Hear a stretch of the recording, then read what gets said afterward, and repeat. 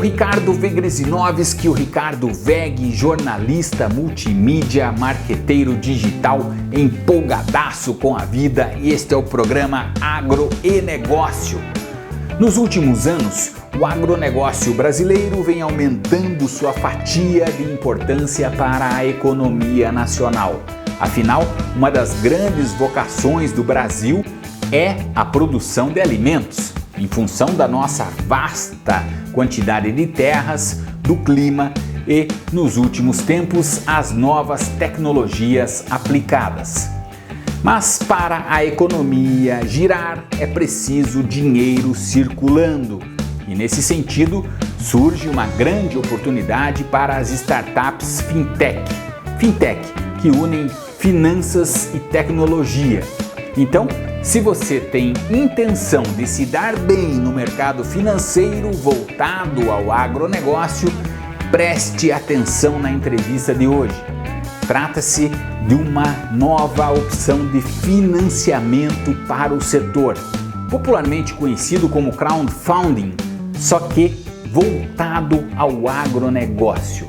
O crowdfunding é uma modalidade de financiamento coletivo que está presente em diversos ramos empresariais, principalmente nas áreas ligadas à economia circular e criativa, e já é um dos principais financiadores de diversos empreendimentos na área de tecnologia, especialmente. Então, por que não também no agro? Sobre o assunto, tive a satisfação de entrevistar o especialista em finanças, o Christian Bundt, coordenador do Comitê de Economia e Tendências Empresariais do ISAE, a Escola de Negócios.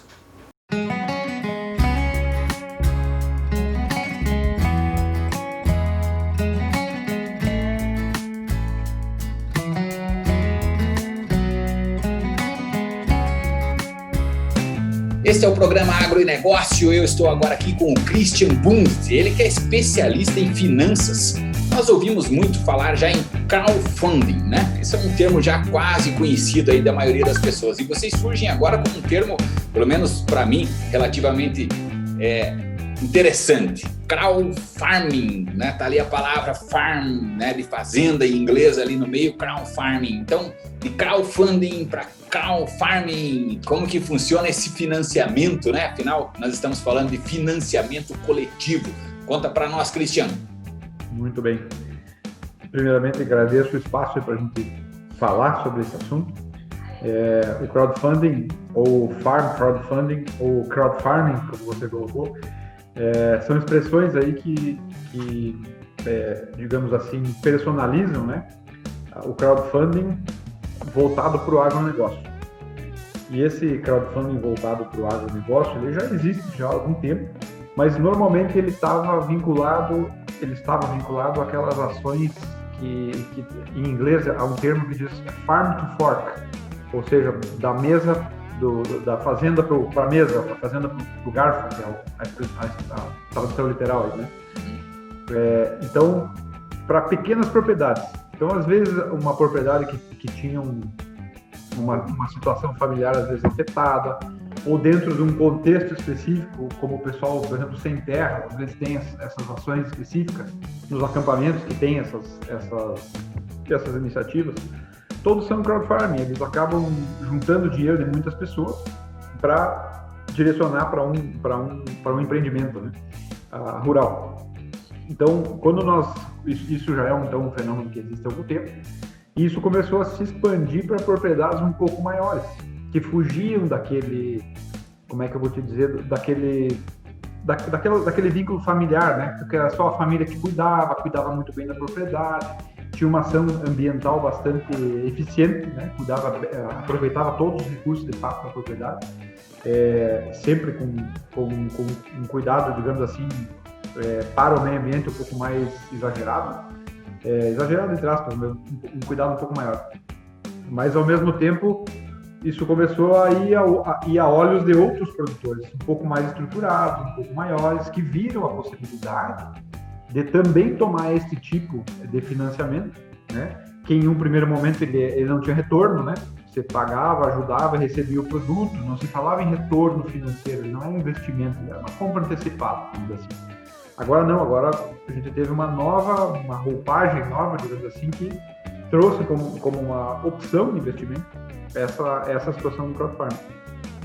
Daqui a pouco eu vou te falar algumas empresas que fazem isso já, né? Então, no Brasil nós temos uma especificamente, mas ele é muito mais forte e muito mais acentuado o uso desse dinheiro pulverizado, digamos assim, né? Nos Estados Unidos ele é bem usado. Então, as pequenas propriedades começaram com essa prática e logo as médias começaram a aderir. Então, nós temos grandes propriedades que têm, por exemplo, amendoim, castanha, esse tipo de produto, os proprietários usam muito o crowdfunding para captar dinheiro. Eles pagam, remuneram esse dinheiro. Então, vamos supor que você seja um investidor, quer fazer uma diversificação do teu negócio, né? E você acessa uma plataforma dessas, e aí sim, quando a gente fala de crowdfunding, normalmente existe uma plataforma por trás, existe uma empresa que está lá atrás que faz essa intermediação entre o produtor e o investidor, né? Então, você acessa uma plataforma dessas, escolhe os tipos de negócio que você quer investir, e aí cada um tem o seu conceito, né? Investimento mínimo, um retorno de X% ao ano, e assim por diante, né? Essas informações estão todas na plataforma, a plataforma consegue, de certa forma, garantir a segurança dessa operação, a veracidade dessa operação. Aí nós estamos falando de blockchain também, quando você cita essa segurança? Algumas sim, alguns sites, o Farm Funding principalmente, tem esses mecanismos de segurança, como o blockchain. Mas se você observar, ainda não é algo, não é tão usual. Então, as plataformas mais comuns e maiores têm. Mas a maioria das plataformas não tem, elas são plataformas seguras, um HTTP seguro, né?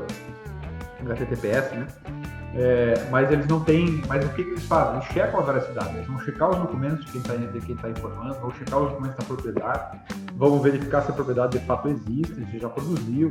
Enfim, tem meios eletrônicos de fazer isso. Cadastros, principalmente no governo e assim por diante.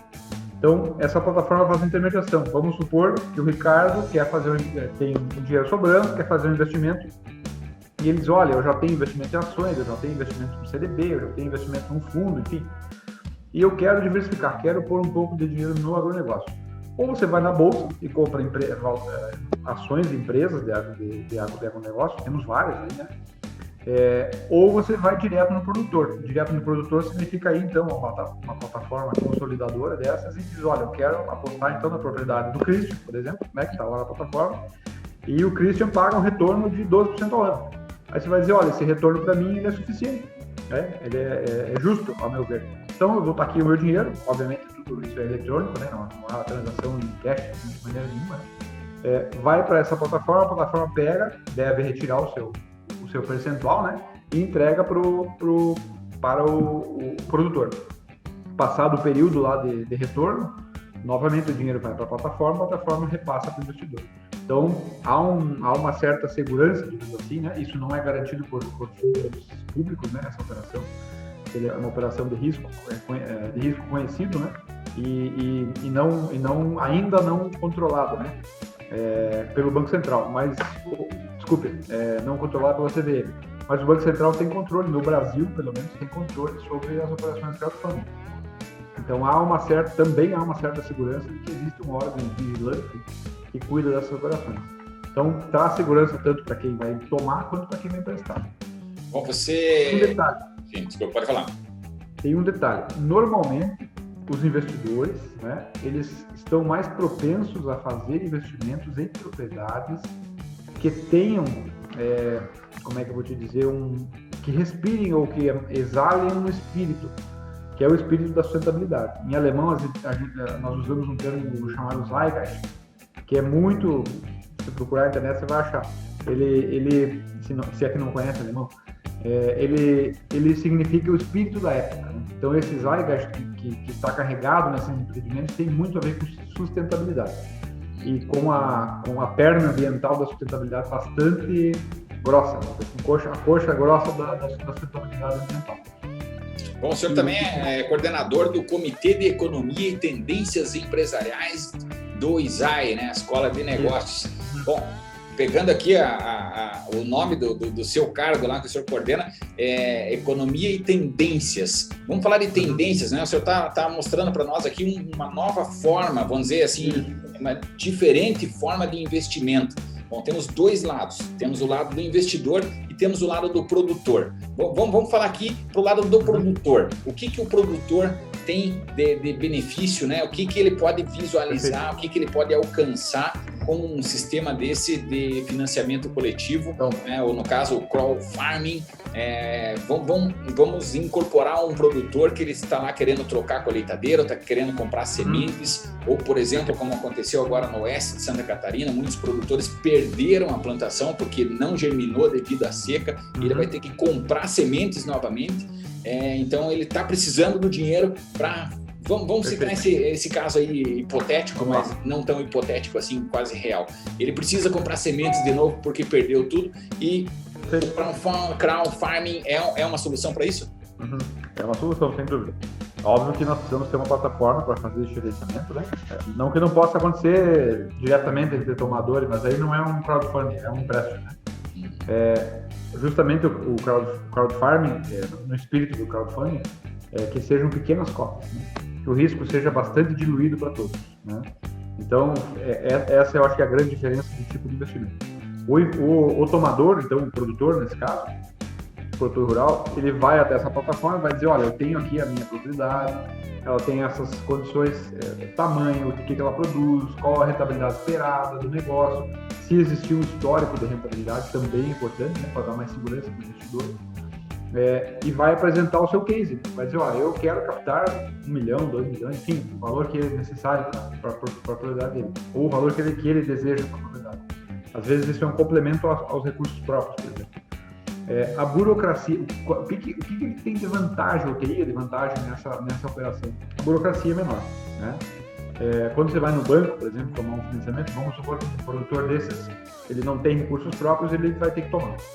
Quando ele chega no banco, o banco vai dizer, tá bom, então a gente vai penhorar a tua terra, vou pendurar a tua terra com garantia, vamos gravar lá que essa terra está em garantia do financiamento para o banco X, e se der errado, nós ficamos com uma parte ou com toda a sua propriedade, beleza? E é assim que ocorre. Normalmente você estende uma garantia para essa operação e o banco vai te dar uma taxa X. Apesar da garantia ser muito boa, ele é um imóvel, no nosso caso hipotético, né? O banco ainda vai cobrar uma taxa razoável, né? No caso do crowdfarming, normalmente as taxas são menores. E por que se a taxa é menor, né? Então vamos olhar o outro lado, né? Por que o investidor aceitaria uma taxa menor? Em função do risco menor. Porque se o investimento é menor, o valor que nós estamos entregando ali, muitas pessoas estão entregando de maneira pequena, vamos dizer assim, o valor, o risco acaba sendo menor. Se o risco é menor, a taxa de juros, o prêmio que se cobra tem que ser menor. Racionalmente ele deve ser menor. O outro lado da moeda do investidor é esse. Então, o risco menor e as nossas taxas de juros, que estão em queda já há alguns anos, últimos 2 anos principalmente caíram.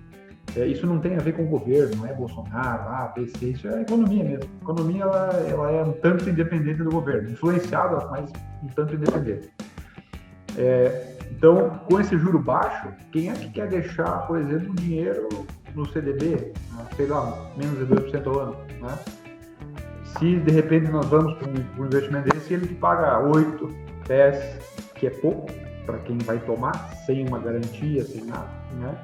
E ao mesmo tempo é bastante para quem quer receber, né? E quando nós olhamos o investidor estrangeiro, mais ainda, as taxas de juros lá fora são menores que as nossas, de alguns países, obviamente, mas dos países desenvolvidos principalmente. Então, como a moeda dele tem um valor maior, como ele tem uma taxa de juros menor, o que ele vai fazer? Ele vai buscar alternativas em outros países, né? Alternativas de risco, como a Bolsa, e alternativas sem risco, como essa, com risco pequeno, não é sem, mas um risco pequeno. Bom, professor, para a gente encerrar, infelizmente, nosso tempo é limitado. Eu gostaria de ouvi-lo durante horas aqui, imagino que valeria muito a pena. Existem algumas startups, para a gente encerrar, que já colocam isso em funcionamento, já existe onde o produtor procurar uma solução dessa? Perfeito. no Brasil existe uma chamada Radix Florestal. A Radix ela proporciona então investimentos, a cota mínima, salvo melhor juízo, R$550 esse ano, para investimento em florestas. Então, é agronegócio, né? Estamos falando de floresta. Se você quiser ser dono, então, de uma pequena porção e receber uma remuneração por isso daqui a um tempo, você pode entrar no site da Radix e fazer a sua compra lá toda eletrônica, não falar com ninguém. Você vê lá, escolhe os empreendimentos que você quer fazer e assim vai. Aí no Brasil, a Radix é a mais conhecida. Existem outras iniciativas tipo Farm to Fork, para pequenos empreendimentos de agronegócio. Tá? Existem vários, existem muitos. Mas fora do Brasil existem outras operações como o Farm Funder, até difícil de falar porque NRL Funder, e que trabalha com propriedades maiores, tá? de soja, de castanha, de nozes, de oliveira, enfim, azeitona, né? Uma série de outros tipos de cultivo. E propriedades maiores, aí você tem lá desde no mínimo $10 mil, $50 mil a cota, né? Então acaba um pouco maior, mas dependendo do porte do investidor, esse é um risco pequeno. Então, já essas iniciativas estão aí. Por que nós estamos falando em tendência? Porque lá fora isso já ocorreu. Começou também Farm to Fork, coisas pequenas, foi crescendo, até nós temos hoje o Farm Funder, é um deles, tem várias plataformas que já tem esses módulos grandes, né? Propriedades de 50 hectares, 100 hectares, que estão lá colocadas para fazer captação. Então, se está funcionando lá, talvez aqui vai funcionar para uma parte dos agricultores, talvez para os grandes não, porque a necessidade de captar é muito grande e o risco deles é diferente dos pequenos, né? Então, certamente as nossas pequenas estão aí, estão atendidas. Agora começamos as médias. A Radix são empreendimentos médios, não são pequenos empreendimentos. Então, é algo que vem vindo e vem chegando. O próprio crowdfunding em geral, né, também é algo que foi sentindo, e isso começou a ser frequente. Desde a vaquinha, que a gente conhece, mais tradicional, né, até um Kickstarter, né, que é um site americano, mas tem uma versão brasileira também, que é só de empreendimentos novos. Você colabora lá e recebe o produto da mesma maneira, né? E se quiser remuneração também tem, né? Isso aí, então, foi um prazer ouvi-lo, professor. Muito obrigado pela entrevista. Eu gostaria de deixar aí em aberto que nós voltamos a conversar sobre outros assuntos, principalmente os focados ao agronegócio. Bom, Christian Bundit, ele que é especialista em finanças, conversou conosco aqui sobre crowdfarming, o financiamento coletivo aí voltado também à agricultura. Muito obrigado, professor. Um abraço. Tchau, tchau. Um abraço.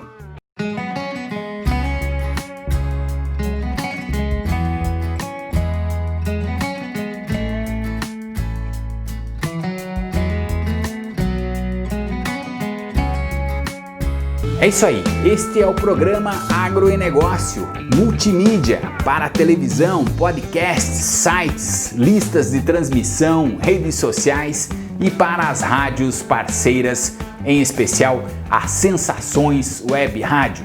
Muito obrigado pela sua audiência e até a próxima!